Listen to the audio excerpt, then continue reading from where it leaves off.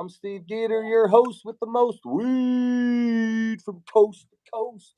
And this right here is my man, B Swiz, Brian Swislow. And thanks for joining us today, Brian. Thanks. How's it going? It's good, man. You don't call me Brian much, but I'll take it. That is your name, B Swizlo. It is. I mean, answered to it.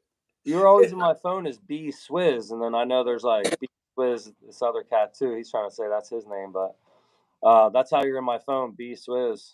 Yeah, that's what everyone calls me. All right, but Brian Swislow, that's your name. That's my name.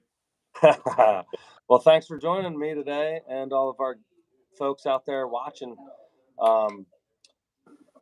We do this program into the cannabis. I'm just trying to introduce people I know, or people I'm meeting, or people along the way, and my introduction of you is really a pioneer and kind of visionary in our community that I've watched and from a distance. And when I moved up here, I was like, all right, who's doing what and how's all this shit work? And like, you were in the mix, we didn't really get to meet. We could talk about that later when we met and stuff, but we didn't really meet for a little while after I was here. It took a while, but watching from a distance gave me inspiration in what I do. So thanks for being my guest on this show today, dude. Yeah, no doubt. Actually, I'm going to turn this light on because I think it's actually a little bit better. Everybody will get a nice little view out there. Yeah. Of the forest here. Bring a little reflection of the light, but it looks like a sunset out there anyway, even though it looks good. You got a little glow around your head. Yeah. Right. Here we go. That's it. St. Brian over here. Yeah, I mean, a lot of people know you as like this musician in town, Other folks might know you from, like the Fatbol brand, and cultural kind of iconic shit that you and the Fatbol crew, brought and bring to the community and stuff. And other people know you as just like some guy that's just like cruising around town, hanging out, doing this and that. See him over here, over there. You got your East Coast, your Midwest, excuse me. You got your Chicago family. I know that's where you're from and stuff. But, I just want to say again, dude, thanks for doing what you do for our community and kind of being somebody that has that vision and has been trying to take Humboldt on the road and keep Humboldt on the map, Thanks. It's funny when I hear that a lot. Hey, thanks for what you do for the community. I hear that a lot from a lot of people. And I'm like, I think to myself, what am I doing for the community? I know I'm a pretty good keyboard. I know I'm a good keyboardist. All right. Like, yes, I'm a professional musician. I play, I show up. I'm super down to do, I've always been down. I'm not, it's harder to do volunteer gigs these days, but I've put in my 10,000 hours, right? I've show up, I've found ways. And the trip was, and I was just talking about this yesterday, so it's fresh on my head that you bring it up. Dude, it's like this. Yeah, no, smiling goes smile. a long way. You're making people smile with the music, dude. It ain't just playing the keyboard. People's life, bro. Don't play that. You're right. But it's like I've thought about this though for years. Like, okay, I'm a cool keyboardist. Okay, what is that really doing for the world? What is that really doing for the community? Right? These are the questions I ask. When people think about egos, you know what I mean? The word ego comes up a lot, and we all have them, and they're all part of us. And I've gotten to a point in my life where finally my ego rests on stage. My ego rests in conversations like this when our image-based reality, when we're pushing our thing, when we're, our egos have a place. We all have a place. It's just a matter of not letting the ego control and turn it into some bullshit. So, so when I think about that, I'm like, okay, all right, everyone's like, oh, you're so dope, keyboardist, man. Thanks for what you do for the community. I'm like, what am I even doing? But what we can do as musicians or as activists or advocates of our community, whatever it is we're doing, we can use our voice or our platform to spread messages, to try to do good, to get other people on page with doing good for the community, right?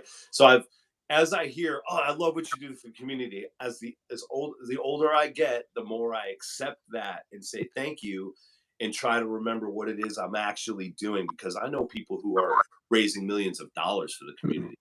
I'm not necessarily doing that. You know what I mean? I know people who are getting grants to do cool shit. Now I'm glad to be part of the Hip Hop Congress, which we're starting to do the same thing through the Ink people, all of that. But yes, I appreciate that, because being a musician that's well known in the community gives me an opportunity to stand for something that not many people may want to talk about, or everyone's just trying to be toxically positive. It's like, oh, it's all good, but I'm not all good. I'm just straight up about shit. And when I'm wrong, I try to eat that crow and show up anyway. You know what I mean? Because that's how we get better in our community, by continuing to work together, fight through it, be hungry, continue to see the bigger picture, the long game, like the futurist Ken knows. You know what I mean? Like, I look up to Ken Hammock because of that, because I'm like, oh, maybe I'm a futurist. You know, people are like, yo, stop talking about 20 years from now. I'm like, nah, why would I do that? You know what I mean? Like, that's who I am, and that's what I feel. The downloads I get is what I feel. So when I hear, you know, so when you say thanks for what you do for the community, I say thank you. I'm going to continue to bust my ass playing keyboards. I'm going to continue to take Fatbol to a level to where it becomes a nationally recognized entity. So when people come back to Humboldt, they find you. They find what's really happening here, and I think that it ultimately, selfishly, hey, if one of us who are doing what we all do can break through on a national level and actually bring it home, then the economy, the community will thrive in ways that they may not see yet, because the natural resources of this area are the artists. Everyone both more artists per capita, you know, and it's like, cool. So the salmon's fucked, you know. Yeah. You know, there's Well, the crab are sick. Truth, my man. You know, the logs are gone. The weed is legal. Like, all the things that were the natural resources of Humboldt, it's all shifting. The paradigm is shit. Everything we know from 10 years ago is done. No matter what anyone wants to say, whoever's hanging on, I'm sorry. You have to really try to be down, because there's no turning back what our existence in Humboldt is. And so, me more than ever, I'm thinking about, what can I actually do for the community on a larger level. And if I succeed, cool. If not, maybe I helped somebody evolve, or maybe somebody heard me and it becomes a bridge to somebody else taking the helm and doing something. You know, like, I don't claim that I run anything. I'm just happy to run my mouth on certain subjects that I think are extremely important for the advancement of our community, so we can all be in solidarity. Because as soon as people realize that Humboldt is one small area, like, we can't do what you do in Philly. In Philly, you could have bars next to each other for miles and they would all be packed. But in Humboldt, the businesses are failing. Everything is failing. So at what point do people stop having so much pride and start to just be like, okay, what are we doing? What are we all really doing? What is something we can all do and stand behind, even if we don't get along with each other? Right. Yeah, there's a lot of things our community and culture kind of bring to the greater society and stuff. And like, we do a lot of things really good. We do a lot of things way better. And there's a couple things we miss on a little bit too. And like, I don't know, being organized and organized enough to really work together to have this greater impact has been somewhere. I feel like we've been failing. You know, me too, man. I mean, this is what I'm trying to figure this out every day, right? And almost enough to where it brings up lots of emotions. You know, it's like it's been a lot of different ways to be like. That's how you and I came together when we met. Was this idea of this like ecotopian cultural society that we could build, right? You know, Could be all that. it's like Jefferson's about, you know, venues or dispensaries, right? Let's think about just the things like, let's just talk about you and me. Dispensary venues. Right? We both are connected to both of those things separately, together, and focused in different ways, right? But when the community comes together, all of those things thrive. So does every dispensary need to carry the same shit? I don't know. Do the buyers through the dispensaries all get together and decide where to buy from what, so everyone's shit could get bought and sold? So that way you get exclusive stuff at every dispensary. So that way everyone can make a little more money. Can the talent buyers get together and not book 3 reggae shows at 3 places, or hip hop shows at 3 places on the same day? That doesn't make any sense. Not in our community. It just doesn't. So big city folks who are like, oh, this is how we do it. It's like, no. That's not how it works here, because these venues aren't going to survive. Right. So if everyone were to get together in the community to say, hey, this is what we want to happen in the complete community. Let's everyone get in where we fit in, make sure every venue is thriving, make sure every dispensary is selling the weed, make sure every farmer's getting their shit taken care of. Because if we're all being Burger King, McDonald's up on each other's shit, it's just not going to, and it's going to turn into a ghost town. In this place. I couldn't agree with you more. And I hate to like somewhat self-promote, but we better get behind this shit and come together. And CannFest is exactly what you just said. Everything you just said. I mean, here, as it builds up, getting closer to the things that you work on, you get more and more energized as it goes. I do. Yeah. I'm fired up right now, man. It's like I just want to touch on something real quick. It's like you're like, what do I do for the community, right? Well, many years ago, you were like, we got to figure out. You and I agreed with that. Had to figure out how to come up with more ways to connect Humboldt together, right? J-Rock, Humboldt together, Humboldt North with Soham. That was essentially the first bridge that needed to be built. Right. Based on my reality from moving here, living in Arcata, being in the Humboldt County Freestyle Kings. Right.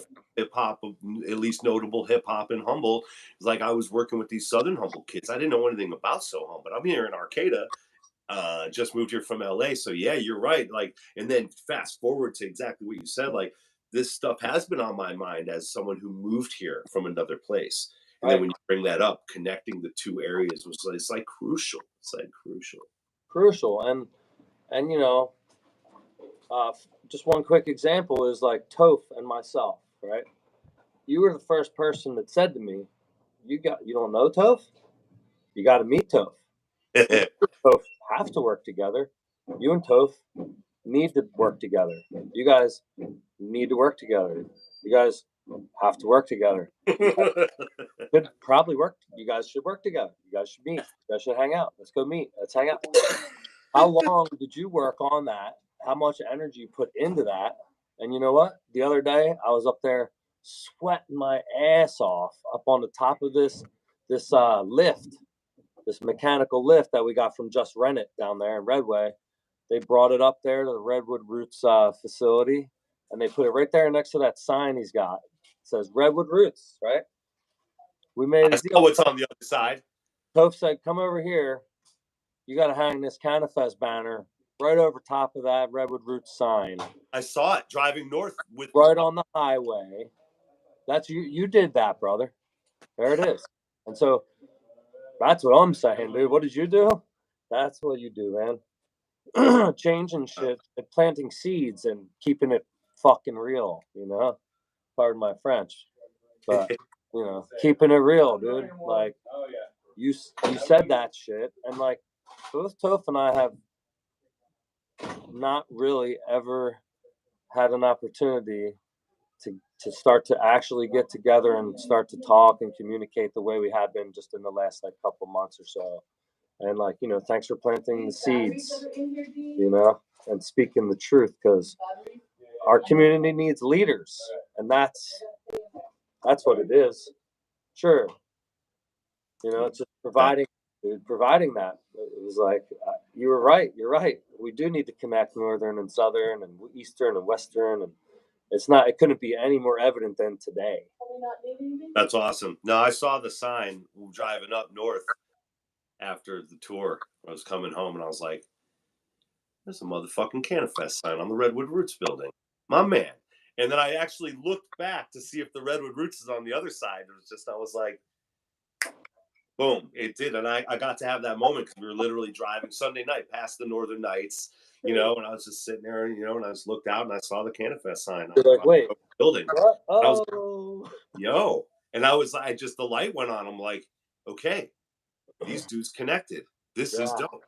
And that's like, Jubal, we had these, what was it, HCGA, before anybody, they're like, weed's going to be legal. And CVH. Everybody, yeah, thank you, CCVA, and everyone. Remember, like you're like, hey, we're gonna have a meeting, and I'm like, all right, we need to get a few people together, and it's not like, again, people are like, you should be a politician, you should be this, you should be that. I'm like, listen, if y'all want me to be in politics, hire me as a lobbyist. I'm the lobbyist, man. I'd really rather get in your ear with information that isn't, secretive information, just more ideas that I think would make sense. And people that I talk to, they're not just my ideas. They're just, when I talk to certain groups of people, I'll approach other people saying, hey, I was talking to these folks over here and they think this thing would work. And then suddenly 10 years later, your sign's on the thing and that, whatever it takes. So before legalization, we had Jubal Sherman, who, he's legendary. His father, Jed, did a lot for the community, like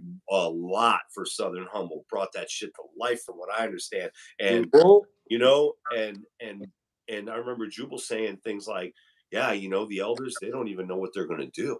Like, what are they even going to do? And then there's this whole group of us sitting around, and I'm invited to these meetings about people going to Sacramento to actually go storm the castle and go make legalization happen. And I'm like, how am I even in this meeting? Like, I don't really have a stake in any of this. Although, because this is, again, maybe just to be proud of the fact that I'm a keyboardist who doesn't keep his mouth shut, it led to me being invited to a table to talk about some of this bigger shit. And it's like, just mainly because of the people I knew and who I had relationships with based on me playing the keyboard or making beats for someone. Right. So that shit still trips me out. So when right. I'm like, listen, I know that I'm just thinking, and I don't know what you do with your day and what Toph does with your day. I just can tell that these entities are major pillars in our community and need to be getting together, because if the legacy farmers, if the reality of Humboldt and what's been happening and what's about to happen were to put all the things away and get together on these things in partnership, like we're going to with the facility, and however all that's going to play out, you know what I mean? It's just time for the people who have lasted to really put their hand in and say, listen, we can all succeed here. It's just going to take some time. Right. Well, a few years ago, right on line with what you're saying is something we were working on. I got pulled into it. You got pulled into it. We did what was right, what we felt was right, and stuff with different groups and all these meetings and community outreach. And we started the, what I think where we are right now, sometimes we're like 10 or 20 years ahead. The last time we were 7 years ahead, because what we were saying was we're about to be in this cannabis renaissance. Totally. Cannabis renaissance. That's where we're at right now, today. And all because of the pandemic too, more than ever before. It came an international event.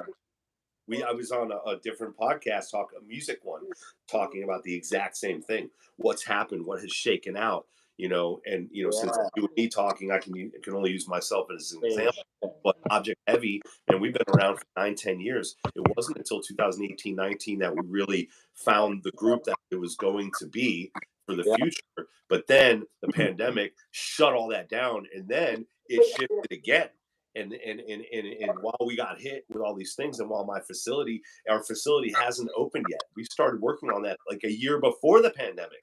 Here we are 5 years later. Man, I'm so grateful that we didn't open, even though it was hemorrhaging money for years and we're all broke for a minute. These things are all coming to light based on the renaissance that you're talking about. Dude, remember how long ago you kind of can't? I think you walked in this building where I'm at right now. This is where I'm in the Gondry's building.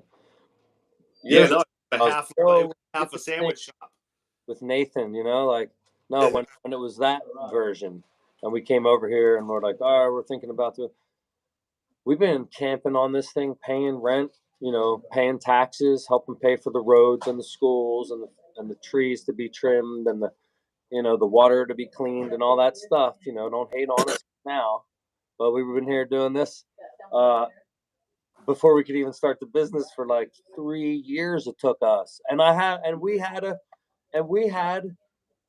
a consulting business next door and helping other people do it. It still took us like 3 years to really get the whole thing up and going and all this. Not a lot of businesses build into their business plan 3 years before they're even operational to factor in how long it's going to take them to make money, or pay their partners back, or pay investors, or pay the bank, or feed yourself dinner. Literally having these conversations in the last 2 weeks because the security system is being put in. You know what I mean? We're on the last leg. We're interviewing. It's like all starting to go down. And I'm like, this is like the most I've ever talked about it. So we're all hearing about this shit right now. And, we still haven't advertised it at all. And nobody even knows what Chris and I are up to. They're like, we're really sorry you closed your store. I'm like, oh, don't be sorry. Say congratulations. We were 10 years in retail, and everyone in our community is wearing our brand. And our brand is bigger than us. And I know that. Yeah. Like, congratulations sounds a whole lot like graduation too. Yeah, like we're just going, when you go to the next level, you're just not awesome anymore. You're at the beginning.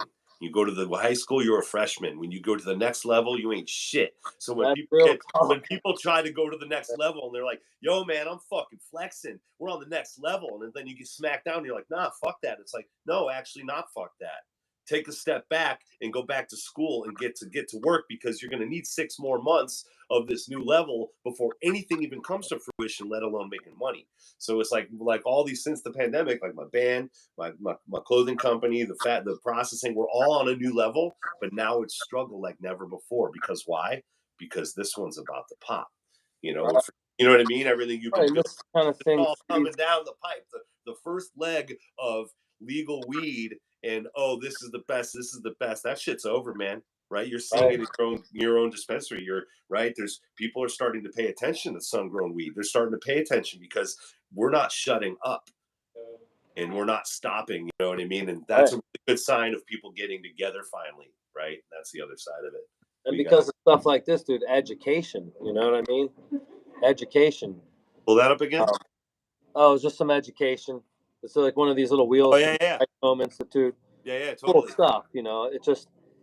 It just makes the cannabis science real for people, and it just connects the dots between smells and flavors and like aromatherapy, and how like terpene therapy is aromatherapy, and terpene is just another word for like aromatherapy almost. It's the smell, it's the taste, it's the terps. Obviously people understand that, like mint. If you smell a bunch of mint in the air, it has a different feeling to your body and your energy field and stuff than if you have a bunch of orange peel in the air. Totally. Or cinnamon. Right. Or ganja weed. Or skunk. Or skunk, motherfucker. Yeah. That totally fucks with your stuff. Or grape. We just tried this terp over here with G. We just got some samples. My goodness. We got some grape drank rosin. Oh my goodness. Man, you know what grape drink tastes like? No, what grape drink tastes like? Just like this, dude. I gotta say to you that. Unbelievable. Unbelievable. So that kind of thing, though, that's the kind of thing. It's like just connecting those dots. All right, there he is, live. Yeah, grape drink. What up? I'll see you guys later. Have a good weekend. Right on, dude. You too. See you tomorrow. Come through Humbrew's tomorrow. Desiree tomorrow at Humbrew's. Boom, boom. Happily off tour. Boom, boom. All right. Love you, G. So yeah, the grape drank, dude. But that's the thing. Grape. If you put a bunch of grape into the air, it kind of has a bubbly, like, uppity vibe and stuff like that. If you got a bunch of skunk in the air, you're like, God damn, what the hell happened to, it gets your mind wondering what is going on. And, maybe you should find somewhere to run and hide because it smells like death is coming. It's just like, it makes you aware in different ways, right? And terpenes do that, right? Smells and flavors. But speaking of which, what are you smoking on there, champ? This is just some old pink rosé that I've had around for a minute. I smoke it now and then. It's older weed it's from like a year ago ish. Liqueur. Kept well. And what's really great about it is that when I light it, it just smells like some old school outdoor Humboldt so hum, just out in the cuts, good shit, full sun. And the pink rosé, it's like the flavor is nice, but because it's been around a while, it's lost some of that nose. But at the same time, it's such a perfect daytime weed. Like when we're rolling on the road, when I'm doing work and all that, I have a bunch of it. And whenever I'm like, yeah, like right now, I could just blaze a couple joints and it's not knocking me out at all. It's just kind of like keeping me brisk and all that. So Yeah. I like it. I don't care how, it's a little discolored, but whatever, we don't think like that. I'm not a consumer. I'm a right. little smoker. Well, I mean, the reality of it is, the average consumer has their own preference. Every consumer has their own preference on what they like better. And the human nature is to think like what I like better is better than what you like better. Like that's a dumb kind of thing. I mean, we've been smoking weed for so long. Why can't people just like different things? Years. For 30-something years, and it's like, so when I'm smoking something, like I'm a bit of a weed snob, right? I'm a connoisseur. I like to think that when I smell or taste something musty, I'm like, I think I'm about to get a cough because it tastes moldy. You know what I mean? Or it's usually just room when that happens. But whatever. But I'm that sensitive to it. But at the same time, it's like there's a certain herb that's been around for a while, but I still got some of. And it's just like, yeah, it ain't no special looking or any of that. It just smokes like a motherfucker. It's delicious and it smells like, for me at this time, we've smoked so much good weed. How much more baked are we going to get? Like this to me is like a cigar these days. I smoke for flavor and for taste and for vibes. You know what I mean? I don't like blast. I don't inhale crazily every time I take a hit. I like to just sit with this. Definitely. There's so many different ways to keeps our lungs together. Yeah, interact with the plant, And smoking a Fat J, it's always been a good way to go. Something to share with your friends, I know you like blowing rings. There's nothing like blowing a ring from a big Fat J. I'm failing today. Do you notice that? I haven't made one work. It's the air. It must be too windy or something in there. Yeah, thumbs up. There's a draft or something. Yeah. I'm not that good. You know what I mean? If I was that good, like the real good smoke ring dudes and chicks, they like doesn't matter what kind of air there is. They just have the ability. You got to read the air first, and you got to blow like with the flow. You can't blow into the flow. Which way is the wind blowing? It looks like it's going this way. Oh, there you go. See? Boom. The other side of it is being present with the smoke. No, not at all. Present with it. Focus. Just a little focus. Boom. There you go. That's all you needed. There's still some wind going on, but yeah, you know what I mean? Blowing them in. I'm more focused on us talking, so. Right on. So, dude, like we've had plenty of conversations, and you and I could talk for 6 hours, and everybody else would have left the building, and like we'll go on there, keep changing the world. A whole new crowd could walk right in, and we just keep on going, And so, some people that are watching this, they don't know you, they haven't seen nothing. I've interviewed you a couple times, whatever, but I always like hearing stories more too from my boy Swiz, and like I know where you're from, but tell our listeners, like tell me more about like where you came from, because then we'll talk about how that led you to where we're going and shit. Okay. Well, I was born on the south side of Chicago. South side? Yeah, my parents were Southsiders. My grandparents were Southsiders. And my great-grandparents owned, in the 1950s, owned Open Pit Barbecue. They were making barbecue in the south side of Chicago. And from 1951 to 59, my great-grandfather, Grandpa Dave, had a stroke, these kids came in and wanted the sauce. It turns out they bought the restaurant, but they're like, well, we want the restaurant, but we want the sauce because that's why the place was so dope. It's called the Open Pit Barbecue. I'm saying that again for a reason. And what it into is these kids sold it to Kraft, and it became the Open Pit Barbecue sauce, which Kraft Original, Kraft the Open Pit Barbecue, the reddish sauce. Well, my family has the recipe, and my dad make it. And it's literally the same sauce, but better because less preservatives and shit. And it was some cool thing. And we didn't make any bread off of it. And it wasn't a thing. It happened.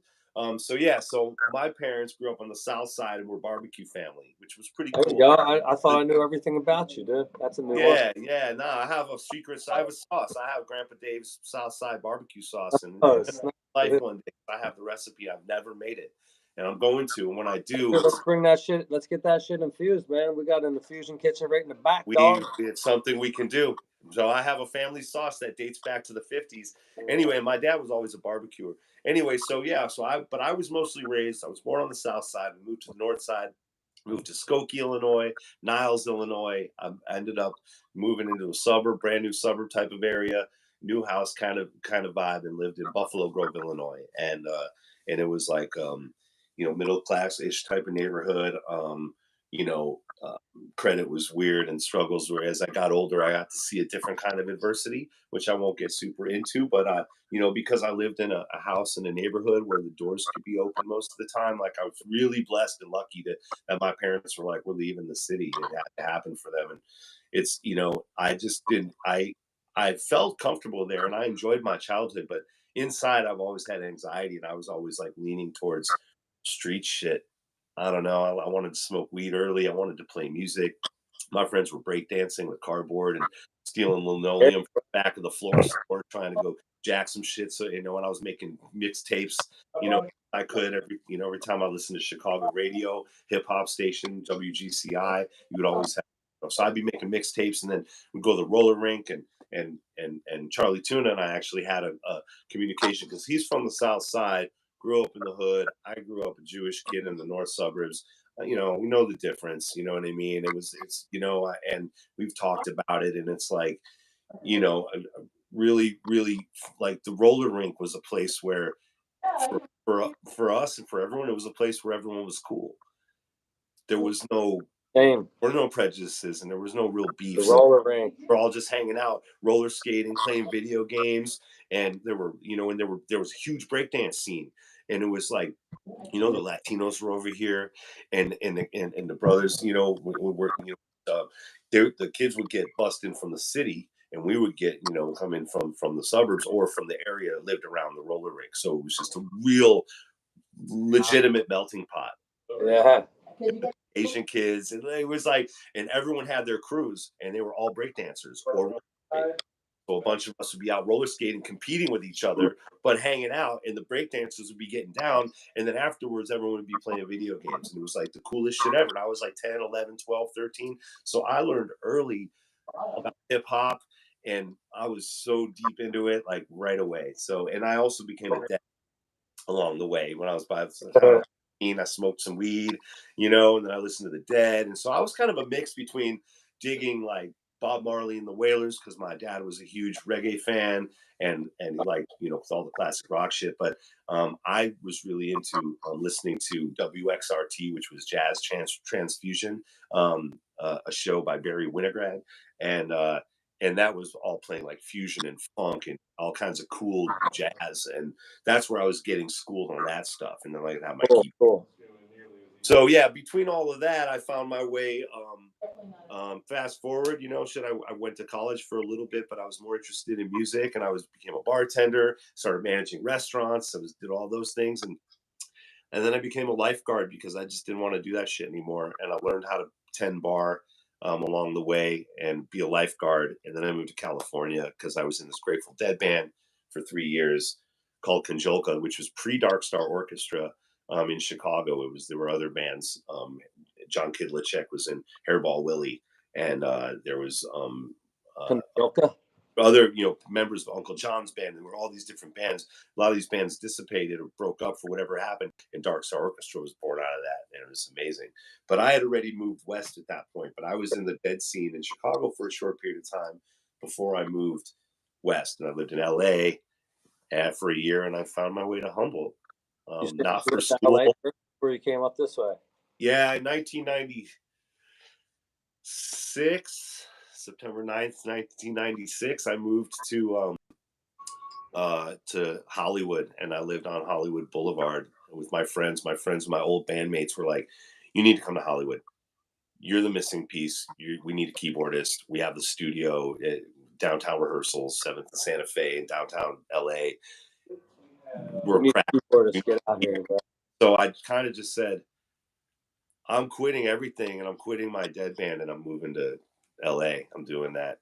And I did it. and got into this band, and that ended up not working out. And then a girl, and then she hated Hollywood and the band. I was doing this record label thing where I met Blair Schatz from the Humboldt County Freestyle Kings and Spank, and he's always been in the loop with the crew in the Humboldt hip-hop scene, which is a whole different story because he ended up moving here based on me leaving LA to come here after this record label thing didn't work out, mainly because the singer, we did this showcase and the label was really into us, and then basically he decided that he didn't want to work with them. So Bean's over here. She heard us talking. She's gonna go see. She thinks she's got something in her car, some nostalgic.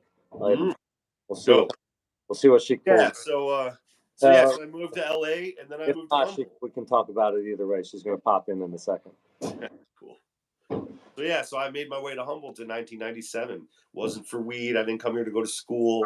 The girl I was with hated Hollywood, and after this label thing didn't work out, she's like, "Can we go now?" I'm like, "Yeah, fuck it." I had friends who had an uncle and aunt who lived in Neyland, and they were bringing weed down to us, and because I had my friend and grew up, and then and basically they were like, "Why don't you come live with us? You can live up on our property. I need help building a fence." And little did I know he had a 12 lighter and this exact thing. And I'm like, wait, what? And I was always into weed. Didn't really know the Humboldt life, but I found myself in a 30-foot trailer in Neyland in 97, and then moved out of there. Shit got funky, and I had to go. And I was like, well, I don't know anybody. My girl knew one person, got us a place to lay our heads. Friends with them still to this day. They were a bunch of deadheads who were like transitioning, out of Grateful Dead life. And then I went and walked to town from Gintoli and found my way into Arcata, and the first thing I saw was Los Bagels, and it had a help wanted sign, and I'm like, dude, and his restaurants. Right. I'm in. The big thing you said was like, that people kind of forget and don't really talk about all the time when they talk about the weed recent years and like what happened between 95 and now is really what happened was Jerry passed on and Grateful Dead community hunkered down in communities, and Humboldt definitely got a renaissance totally. And like that. So everybody in numbers is like looking out for each other, working together and stuff, and that's really what fueled what was next called the Green Rush. Yes, got put up in a house with a bunch of deadheads who lived in Gintoli, Valley West, and they're like, you can leave your stuff in the laundry room. You guys can sleep under this little area under the steps. We'll hook you guys up. And there were like 2 other couch surfers and 3 people living there. They hooked it up. So I went and found my way into town. Got a job at Los Bagels. This thing's 20 years old, easy. Oh, Spank! What up, Ina? Hey, that's the shit. That's the first. That's the first album. Best road trip CDs ever. Wow, that came out in like 1998 or 99, I think. Yeah. All of those are all flyers from shows that Greg made. So Greg handmade all of our flyers because in 1998, we weren't, you know what I mean? You weren't just making flyers. That's dope. You had to go to Kinko's and copy that shit and like. Spank at Jambalaya, Spank at the Catalyst, Spank over. Still, man, like it's on my regular playlist always. Yeah. Rocking Love groove. you. Got to go back to work. Man, thanks, dude. That's dope, dude. She's like, she heard you saying something. Boom. For all of our So that's Greg Camphouse from Bump Foundation, Afro Massive, Love Bush, legend. That is Tommy Fitzmaurice, drummer, teacher at Jacoby Creek, whoever is got kids in school. And then Bill Thomas was the bass player. He's in San Diego, and then Brian White, trombone players on there, and Justin Schwartzman might even be on there. When he was 19 years old when I met him, we talked him out of going back to college. We're like, why don't you just come on tour with us? And I talked Blair into moving from he when I moved to Humboldt, Blair went back to LA or back to Mobile, Alabama, and I'm like, you need to move here, man. We need a drummer, and we're going on tour because Tommy couldn't tour. He was about to become a teacher, right? So he's like, I can't tour. So Blair moves up. And I got 2, and then on Justin, we're like, "Yo, we're poaching you, man. We're be a band."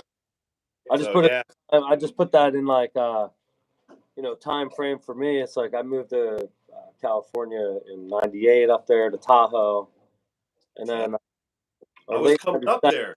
97, 99, 2000, And then in late 97 moved there, and then 2000 moved up here. And yeah, no, just the energy of like what was happening around that time. There was a lot of you know, the whole cultural, there was people were moving around, and Humboldt was a mecca, man. Humboldt became a mecca for the Green Rush movement. Everybody moved up. Oh man, you kidding me? Here and know what I was stepping into. I didn't move here for any of that. yeah, I moved up here to go. It wasn't masterminded quite the way it looks like it might have been. I was just trying to find somewhere I could work for myself. Totally. You know, I saw this whole the 215 kicked in. I got a card, and I could grow weed legally. I was like, this is wow. How come it took me this long to get to Cali? You know. And then 3 years later, moved up here and opened the grow shop. So it was like things happened real quick. It was like, whoa, whoa. If you think about it now, it's like those like between 96 or whatever and like 2000. That's when the foundation was built. Mm-hmm. Absolutely. I mean, we both came here. You came here about a couple years after me, except you were already in Tahoe. So I was up in Tahoe. A lot of when we made our first Freestyle Kings record, Jubal was living in Tahoe. I met Just One and Select the Prime, John. I met all those guys in Lake Tahoe. They were all living in Tahoe.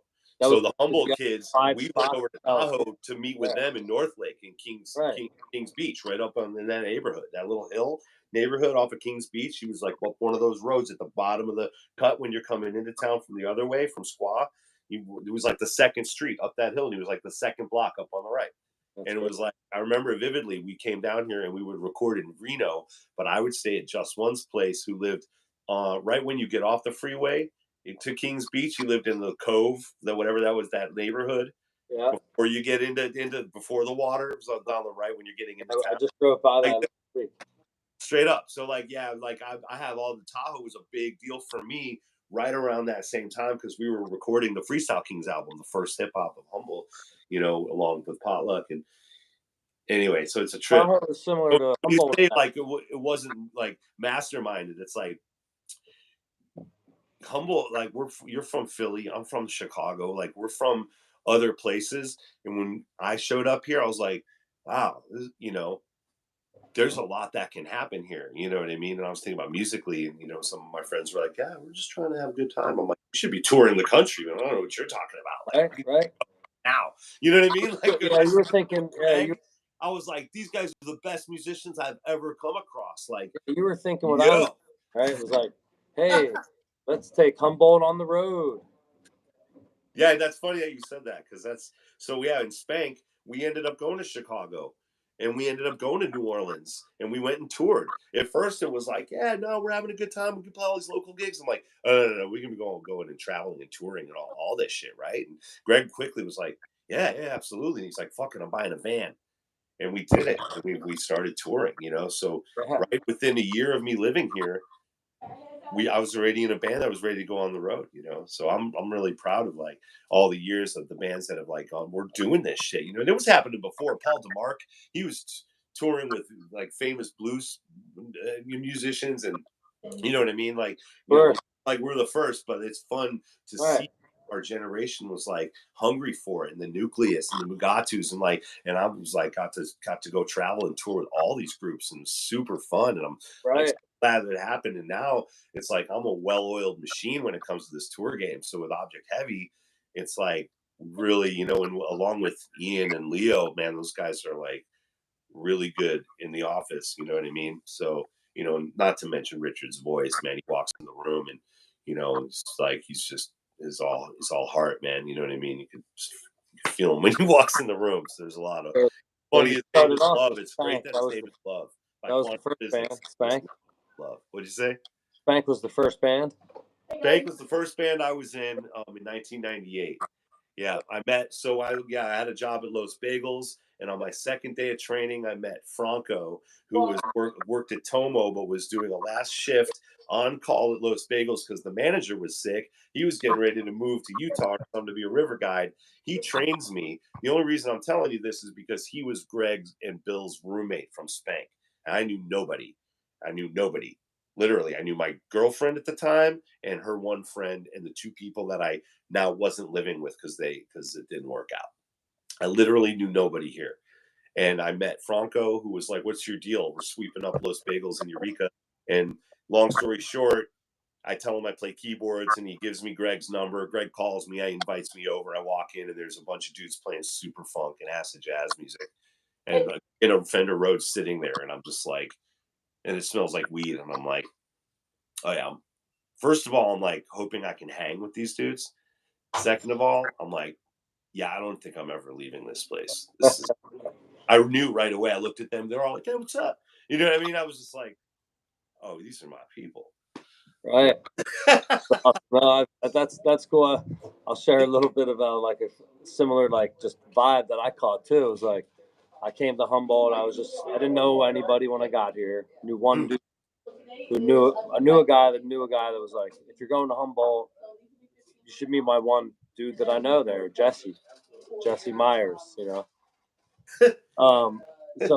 I call up this dude and I go meet him at the pizza shop. Live from New York, New York Pizza. It was Paul's right there where Pete's was. Yeah, Paul's. Or it was just called New York Pizza though. I don't think it was called Paul's. Yeah, because Paul's ended up in Northtown, and then Live from New York was in McKinleyville. Yeah. That's what happened. Yeah. So New York Pizza. So anyway, I met him there, but I was living in Eureka. And so I meet this dude a couple days after I'm there. I had already camped out down at Clam Beach a couple nights with the hippies at Clam Beach. That's what you do, right? And then I went up to Trinidad for a couple nights and camped out there. So I saw like Humboldt and a few different pieces of it, but I found a house in Eureka. And I was trying to figure out what was going on with the community. It's like so different from all those places, and I'd seen all those places in like 3 weeks, and then I lived in Eureka. But I remember going out to maybe it was called Club West at the time, but there was what was it called before that? And it was down on the other side of the street where they had reggae. F-Face? Maybe, or had reggae shows there all the time. No, I remember Club West and I remember Hefe's, but that was right when Hefe's was actually on the way out. Club West was down further. Well, either way, I went out to this club. I'm looking around the club, like, who are these people? How am I going to connect with these cats? Talking to people, dancing around. I go out back to smoke some weed in between the sets, and everybody's out back to smoke some weed in between the sets. I was like, oh, okay, it is Humboldt. You can just smoke weed out back. Okay, that part's cool. And then everyone's like cracking open jars or bags, Whoa, damn, okay. I'm smelling some crazy different terps and shit. And then I bust my shit out. Boom, I got people's heads turning over on my stuff. And right away, I knew right then too, based on the level of understanding everybody had immediately from just smelling each other's weed without even saying a word, that I wasn't going to leave anytime soon. Yeah. Like, oh, okay. I get it. And cannabis brings us together in that way, community way, and it's always been from that moment forward. And, in this community, it's always bringing me together with people here. And music's the other thing. While I say, I didn't move here for weed or school or anything, the people that invited me to live here were bringing me weed to sell in LA. So weed technically did bring me here because they were like, "What are you guys doing? What are you hippies doing in Hollywood? Fuck this place. You guys could be. There's a music scene there. There's this, that." He's like, "You're a keyboardist? Oh man, you'd be blah blah blah." And I was like, "Yeah, I don't know." And my girl was like, "I'm going with or without you." At the time, I was like, "Oh, okay. Well, let me just work this shit out with this label band thing that we're doing, and if it goes south, then we're out." And it went south. He's like, "What's up?" I'm like, "Okay, we're out." So, and she and I split up shortly after, but I was really grateful for that happening. So yeah, so weed ended up bringing me here because the people who invited me to come up were bringing me weed to sell. Right. Same. I mean, even though I wasn't really on my mission to come to Humboldt because of weed, I was moving here. The lady I was with, the girl I was with said the same thing. I'm moving to Humboldt. I'm going to go to school. She was going to go to school. I'm like, Humboldt? Okay. I think that's the kind of weed that I got at the Grateful Dead show that one weekend. So, and then I'm like, Humboldt. That's when it hit me. I was like, Humboldt. Okay. I bought weed. I thought I was at a Grateful Dead show, 94, excuse me.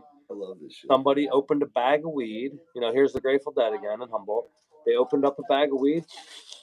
I was like, damn, I want to buy weed. And I followed that smell, and the dude had his hand up or whatever and shit. And he was like, come over here. Yeah. What do you got? I got some Humboldt. How much? $100. Boom. Thanks. Bucks a quarter purple weed from Humboldt. Dude, my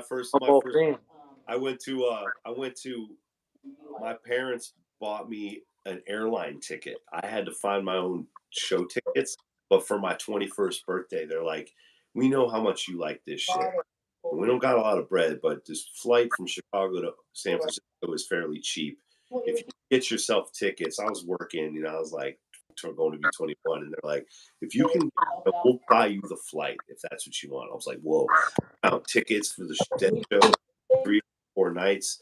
The only one I didn't have was New Year's Eve, but I flew to Oakland by myself because my homies bailed out at the last minute, so I was going solo, and I didn't have a place to stay. I got off the shuttle, see my friend Jack, who happens to be standing outside of the hotel. I was like, well, just take me to the Days Inn, which is the last stop and it's closest to the Coliseum, and then I'll figure it out from there. I didn't have a room, nothing, and my buddy Jack is standing outside.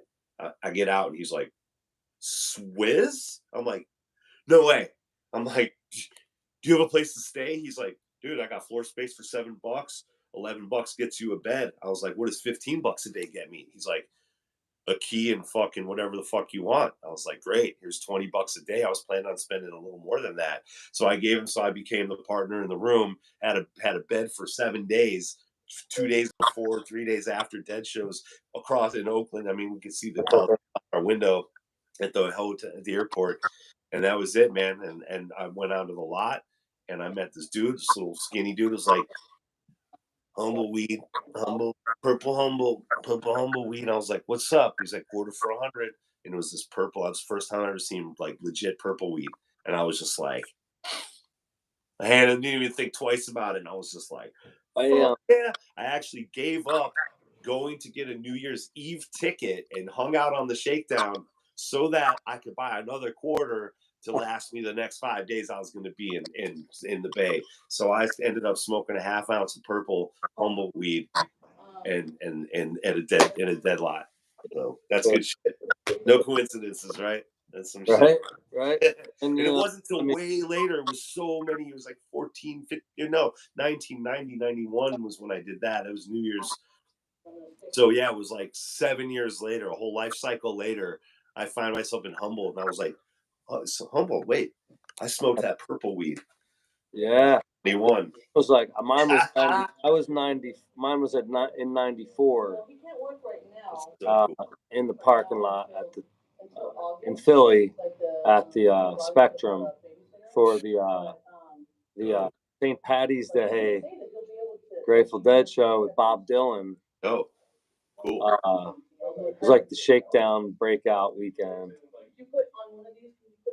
Nice. That's just interesting how woven into our community and everything really the Grateful Dead truly is into this whole culture. Obviously, we know that, but it's easy to forget it. It's like, I know you don't forget it, and I know I ain't gonna forget it because you also play in a Grateful Dead band right now. And I'm getting married, and I sure hope you guys are gonna make it to our party we're having a couple nights before. So our love for that same music that's dear to our heart is like, something we still, enjoy on the regular. I speak for you as well on that level because I know it's true. And but it's like this, the underlining theme here in this conversation really is this whole concept of taking Humboldt on the road. And like, I think the Grateful Dead, I guess, they were kind of like, they weren't from Humboldt, but I would say that the Grateful Dead probably took Humboldt on the road first, right? They were, they're the hog farms in Laytonville, and the hog farmers were flying out to do Woodstock, and they were the ones who ended up teaching security how to be peaceful and all that other shit. So, and feeding everyone and getting food there and figuring it out. So, you know what I mean? The hog farm was what, 3 hours away from us? Yeah, I was just there for the Spring Cheese Hog Farm Fest. It's always so roots in community, and it's always just, that's where the bus ended up. It's where the bus started. Yeah. So yeah, I'd say that, you know, the hog farm. I mean, Eli Fowler, and Beryl Alexander, these kids, they, you know, and all of their friends, and you know, they're like, oh, we went to Camp Winter Rainbow. You know what I mean? When I think about that, when I think about being a young kid, when I think about in the '80s being young and living in Illinois and knowing and loving the Woodstock experience and loving all, you know, learning about what happened in our parents' time, and totally vibing with that lifestyle, and then meeting people out here that are like, oh yeah, I grew up in that, and it's like, you know, we even have a booking agent right now who grew up in it, and it's just crazy, and it's just like, it's super cool and it's fascinating, and you're right, it's woven into this community for sure, you know. It is, you know, and like, and you know, and here we are, like, looking forward for the quick little glimpse of like taking Humboldt on the road, right? And we're talking about what was past and what's been happening, and then we're to the now, you know, of this conversation. And one of the barriers that we've had here, you and I, and our community, work together, from, let's just say, the a cannabis sponsorship side that you and I both can can gather and garner and are related with, and then on the musical performance side of taking this culture on the road. Well, it's kind of complicated when you leave state lines with all this legal weed and the branding of this and the branding of that, and I can't pay you from this bank account. We still have these obstacles that are really related to federal legalization of cannabis that are holding back um, critical parts of the culture. Yep.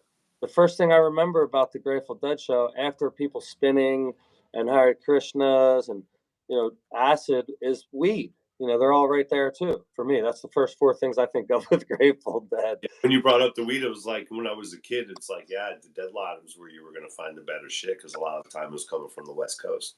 Right. So there's still this aspect to music and that culture where cannabis is and it's prevalent, but the people that are trying to do this thing like on the tax paying side, and they wanting to contribute to that part of society, because let's be real, if we didn't want to, it's a little bit easier to not do it, to make Right. money. Every Anybody could tell you that. Is it easier to make money on legal weed or traditional weed? Right? Traditional. I mean, traditional all day. There's What are we no, talking about? So no there's red a bigger desire to people that tape, have this. a little red tape, but not that much. But the legal cannabis warriors have this vision, and it matches our artist community and our cultural desire to be proud of all this shit together and take this fucking parade on the road across the state. So when this happens in the next 3 years or so, that's going to change the way we can do this thing. And our community is, we're rebuilding. We're in this renaissance zone right now. As soon as they open state lines, that's going to have such an impact on the cultural aspects of our community, the art and music and performance and educational side of this bigger thing. The fact that we can't go across state lines even holds it back. It makes it harder for every Right. from our community to get across those same state lines, because it's all So, part of the culture together. Talk to yeah. me. And in the meantime, Talk to me. all we can do is go on the road anyway, right? And then show up with all of that. Like when I think about, you know, our brands, right? How you doing CannFest in different states, and you're creating star bases. You know what I mean? You're creating, you know, home bases in other areas that you can, you know, at least guest home bases. And you know, when I think about Fatbol, it's like we're pretty much everywhere. It's just a matter of activating the representatives with grant funding budgets, whatever it's going to take to get those balls rolling. And when federal happens and we're able to take across state lines, the traveling solar circus, going on the road and actually going on the road like Cirque du Soleil and doing 3 and 4 days in every city. And, once it grows once, then you're having to really make that happen. This is a total practical situation and can easily be showing examples of what life is like here throughout the country, right? We've talked about this a lot, right. Especially drive-by healing, of nonprofits, you were just on tour. I mean, even just forget all that stuff. And, you were just on everybody's giving us weed. You're on tour. Yeah. It's hard, it doesn't, if I wanted to support what you guys do and your tour, half your tour is in California and the other half's over here, it makes it complicated to just sponsor. You can't do this and that. There's all these legalities and you can't advertise in different states weed for other states. And then if brands want to be in multiple states, it's extremely complicated. You have to have these licensing deals and find all these partners. And they're all different and every state's totally different. And now all these people are hopping in and because they have different skill sets that we need to play in that kind of way. But, it makes it complicated. So what, touring and, any kind of musical tour that you have upcoming. Oh, you want to hear about tours upcoming? Yeah, well, a little bit. If you could just recap the last tour you were on, like which cities you hit and what was shit, and then what's next. On the short line of the sponsorship stuff, we've talked about this together. You've sponsored us in different ways, and it's like we've come to terms with the fact that it's not worth us looking for ganja sponsorships really, unless it's like just a California tour. Okay, right? That makes sense.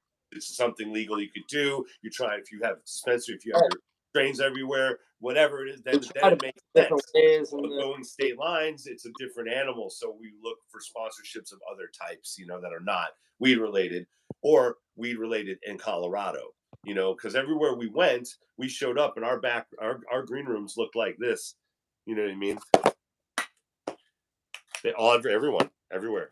People are giving us weed and shit. You know what I mean? It's like what we're doing it's good. It's on its way for sure. But so in the meantime, we just finished the tour. We did 20 dates between June 2nd and July 15th. So we did June 2nd through the 9th. I think it was the first leg was 7 shows in 8 days. So San Francisco, Sacramento, Felton, Morro Bay, Riverside, Santa Barbara, Woodland outside of Sacramento was the first leg. The second leg was June 20th to the 25th, which was June 20th was June 20th was Ventura Music Hall. We did June 20th with the Polyrhythmics. Polyrhythmics were June 20th in Ventura and June 21st in SLO, San Luis Obispo. And then we were off to Albany, California, right outside of Oakland. And then we were in Santa Cruz. And then we ended that second leg at the Summer Arts and Music Festival, where we played the 7:30 p.m., 8 p.m. set on Saturday night just before Ozomali. So that was super. Hell yeah. Place was packed. It was awesome. To end the second leg of a tour at home. And we were only home for one day. I played with special guest family with the Humboldt Hip-Hop kids, Eli and Mika and the band, Cyrus and Greg and Ross and Leo played. But then we were home for one day and then drove to Colorado, where we started that leg of the tour, which was June 30th in Denver. Next day was Fort Collins. And then we were in Park City. And then we were in Portland, Vashon Island, right? San Juan Islands off of Seattle, and Bend. And then we were home. And then we just went to Redding last Friday night. And then Saturday night, we were in San Jose. And now we're home until August 5th when we're in Lake Tahoe. And then we're home until August 17th, where we're playing our friends' rehearsal dinner.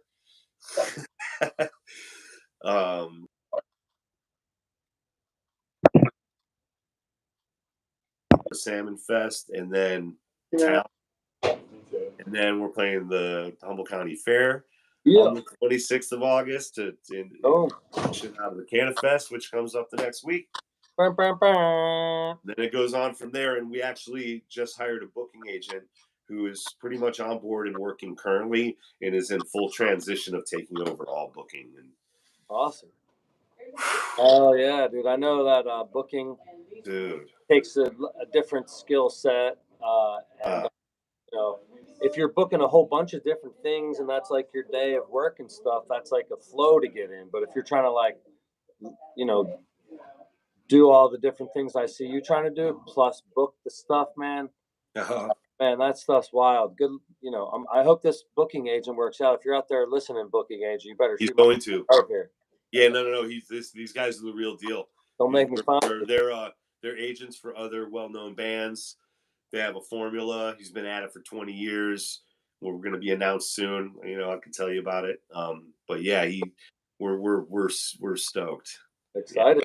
Yeah, we're excited. Like, and yeah, getting the booking out of my hands is like really crucial because I just have a lot on my plate already, and I really want to get back to being more keyboardist. You know, it's like I have to separate, you know, myself. And like you said, it's a different hat, and it's a different skill set, and I have to shift from being like the keyboardist that smokes weed and that's fun to be around to, yo, you know, we just have to be here now. This is what's going on. Like, this is just how I have to tell the booking. You know, when I'm booking, I have to negotiate numbers. It's all that. I have to get into full back office business mode. Yeah. You know, I don't know. I want to play my keyboards. You know, hang out with the boys. You know. Yeah, no, like that, dude. Like, you know, that's the thing that changes people's minds. I see people at your shows. I see a lady over in the corner. I see the homie up front, or some other cats over here up against the wall. Whatever it is, dude. But when the music's flowing and you're in your zone, dude, it's like you're playing to people's energy field, and like, you know, that shit there is like that makes people, that starts a religion, dude. You know, that's what the Grateful Dead. That's why the Grateful Dead has took the world over. Totally. Because it's something everybody was doing together, but being channeled through the right people up on stage there. And so I love Object Heavy. I love the energy you guys have been bringing. I watched a bunch of your stuff that I could find, different clips and live little bits and different stuff from your tours. And I know. I'm really looking forward to. I'm gonna try to get out to the fair to see you guys. I'll definitely be at Cannabis to see you guys, and hopefully I'll see you playing music a few times in between now and then. But people out there, if you haven't seen this man here on the stage, or Object Heavy, or the Magnificent Sanctuary band, check them out. There's a new one I'm playing on Saturday at Humbrew's. Tell me. Brand new band called Hotfoot. Hotfoot. Tell me. And it's Sam, Object Heavy drummer. It's Tristan Norton, who's playing bass, who's normally a guitar player, right? Thatcher and Tristan. Yeah. And then Greg Camphouse on guitar. And it's a 4-piece instrumental, rare groove, dance floor, vinyl cuts kind of band. Nice. And for the Bum Foundation. So it's kind of fun up for the boys. That's at the Humbrew's on this Saturday. Saturday at Humbrew's. Check it out. Yep. Yeah. So we're playing like a 45-minute dance floor funk set. Cool. Rare groove style. Right on. Yeah. Check that out. Hotfoot. Yeah. Is there any websites or Instagrams you want to drop on here, or other things where people can follow your stuff and see what you're into?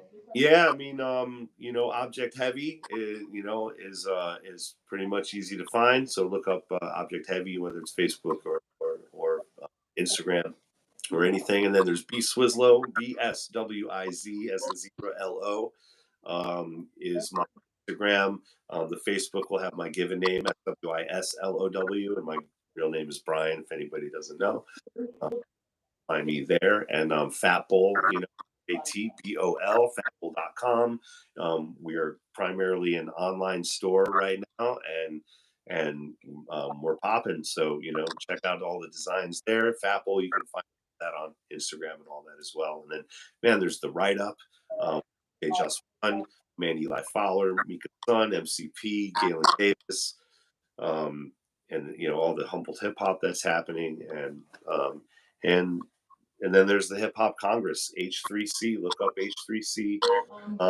That is our nonprofit, part of the national entity of the Hip Hop Congress, where we focus our energies onto raising, creating programs and implementing hip hop culture into the community by doing programs for children through art, music, dance, poetry, media, all elements. And we're striving to create not only programs but schools and camps and active kids. So that's something to pay attention to. Good to see you. Yeah, hell yeah, dude. Thanks for plugging all that stuff in, because people listen to people talking at the end. It's nice to know where to find them and stuff. And you're doing a bunch of different things. You could probably keep listening more and more things, really. This is a good place right here. Yeah. Really appreciate you joining me today on Into the Cannabis. Yeah, my pleasure. We went into it. It's always a pleasure, dude, and I'm glad, because I learned a bunch today, and I'm feeling better than I did when I started. Yeah, I guess I shared some stuff you didn't even really know. That's the idea, man. It's a little bit selfish doing these kind of conversations, because I still want to just talk to my homies and find it. We are. Yeah. Much love, dude. I appreciate you joining today, and follow this man unless you're gonna be missing out on some stuff. And come check him out at Cannabis, September 9th and 10th, and September 8th, the night before, we'll be doing some stuff. Follow our site, and you'll know more about that as well. But thanks again, Swislow. Love you, dude. Take care, brother. Love you too. Love. Peace. Peace. And that's an